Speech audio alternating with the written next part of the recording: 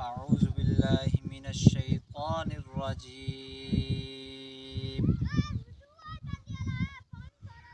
بسم الله الرحمن الرحيم.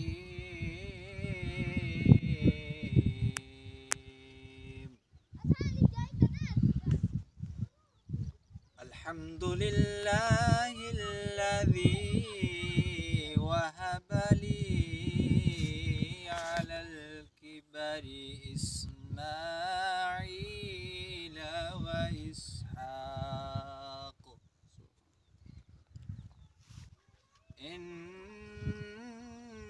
ربي لسميع الدعاء.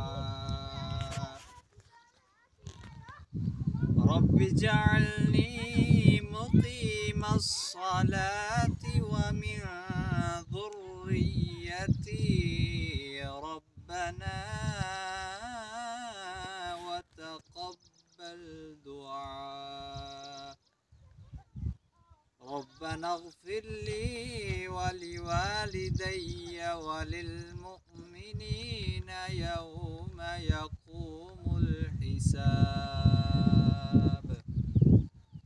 ولا تحسبن الله غافرا أما يعمل الظالمون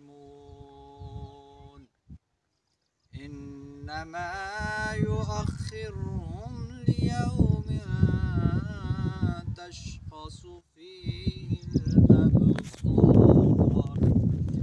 آمنت بالله صدق الله العظيم وصدق رسوله النبي